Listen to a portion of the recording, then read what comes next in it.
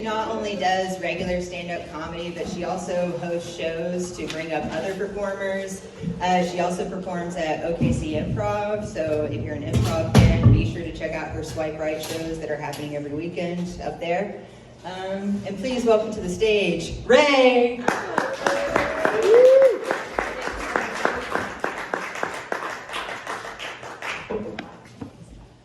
Hello, everybody. Oh my God, hi. Hello, white people in the crowd. I give you full permission to laugh at everything that I'm about to say, okay? But it is my month, so don't get crazy. So my name is Ray. I'm a local comedian here from Oklahoma City. Yeah, so if you can't tell, I'm mixed. If you don't know what that means, it means half my family is black and the other half is racist. Growing up was just a bunch of me realizing that my white family is a bit racist. So one of my great-grandfathers was in the KKK. Yeah, the silence on that one. It's very telling every time. And then my other grandfather was a slave. So super fucking awkward during the holidays, as you could tell. But we would always have gatherings. We would always try to get the family all together.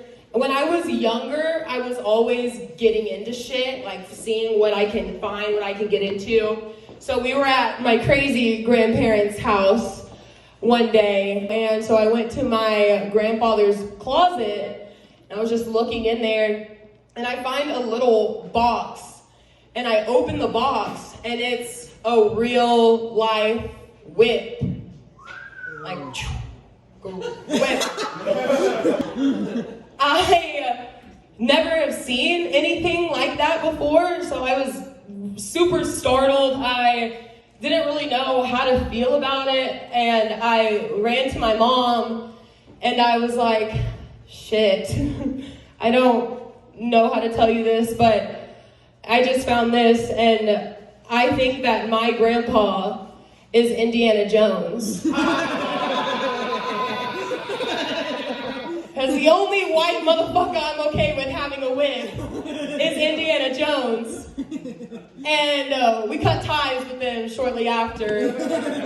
Over the years, I realized I have this power. It's where I attract racist white women. I don't know if they smell my grandfather's blood in me like a hound dog or what it is, but they know.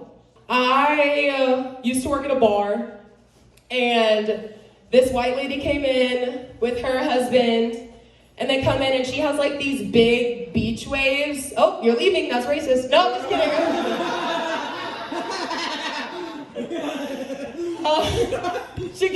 I'm so sorry. I know, no. Oh, my bad. Are you turning it down? Oh, you are. Once again, a white man silencing a black woman. I'm not surprised. They came in, and she had these like big beach waves, you know, so automatically she looks at me and she's like, oh, we're the same person, girl. And so then she starts asking me my curly hair routine, and then she goes on and she's like, oh, so what do you use in it? And I keep telling her the same things over and over. And what makes me so upset is she's not absorbing it. Like, she's looking at me like I'm crazy. I feel like when white women do this to me, they're like, say do-rag, bitch. They're like, say you grease it up, you black bitch. Say you saw the color purple on Christmas. I did. It was good. I did. It was so good. She starts telling me how badly she wants to try an ethnic hairstyle. That was my reaction as well. I almost jumped out of my skin. And so old Ray used to try to take this time to enlighten women about cultural appropriation. But now, Ray, I encourage it. I actually will recommend you a braider because I know that by day 2 your hair will fall out. And I'll wait for my revenge because I'm crazy.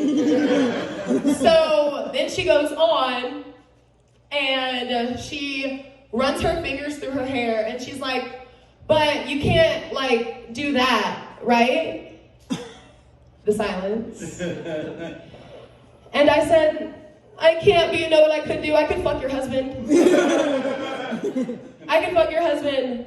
I am a lesbian and I will fuck your husband in the name of civil rights. Like, I will. I will fuck your husband in the name of Black History Month. I swear. I'll do it. I lucked out though. I got a mom. I have a white mom who's not racist, who won't ask to speak to your manager. And add 10 points because she doesn't have like the I have mixed kids bob. You know what I mean? With like the different highlights and shit. So that's super cool of her. One thing me and my mom do disagree on is when I say white people have no culture. Hear me out.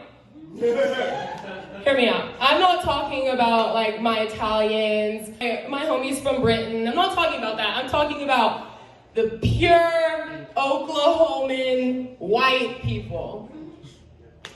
And she's like, well, Ray, we share our culture differently. You know that apple pie with walnut crust recipe that I make every year? That's been in our family for generations. And I'm like, Mom, you just described going to the store. And thus furthering my point. White American culture is like shotgunning a Miller Lite and going Black Friday shopping. Like that. White American culture is knowing somebody who got exposed for blackface in college. Like that.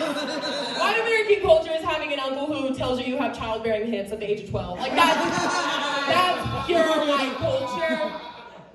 Crazy things are always happening to me. On New Year's Eve, I worked nights, and is that my light? Am I done, or is that 8? Oh my God, never mind. It's 8, but... It's 8, but I have 10? I have 2 minutes? Oh my God, let me hurry and tell the story. So anyways, on New Year's Eve, no, I'm just kidding. On New Year's Eve, I worked nights, I got off late, I was riding with my homie Abby, we were going back home, and does anybody know that song, Pop That Trunk by Juicy J and Wiz Khalifa? Okay, cool, so it goes like, pop that trunk. I got 415s, bitch, you hear this beat, pop that trunk. So when the bass dropped, I wrecked my car. I wrecked my car, and it was New Year's Eve, so I just had to pull over and park it in this random neighborhood. I was like, I'll be back for it later. There was this, I want to say he's a meth head. I'm not going to assume the gender of the drug he was using. But he was on some super good shit. And he walks up to me as I'm standing out waiting for my ride, and he's like, what's up, girl? I'm like, hey. And he's like, you trying to buy? I was like, I really appreciate all of my people working the holidays. I fucks with you, but I unfortunately don't want anything from you, thank you. I got picked up the next day. I go back to my car, car's gone. It's gone. And I'm like, oh my God. And here comes my unhoused friend walking up to me with a big wave. And I said, do you know what happened to the car that was here? And he said, shit, I could know what happened to it. And I said, okay. So I bought meth from this fucking meth head so that he would tell me where my car was. And for those of you who don't believe me, here is the baggie of meth. No, I'm just fucking with y'all. All right, thank you so much, everybody.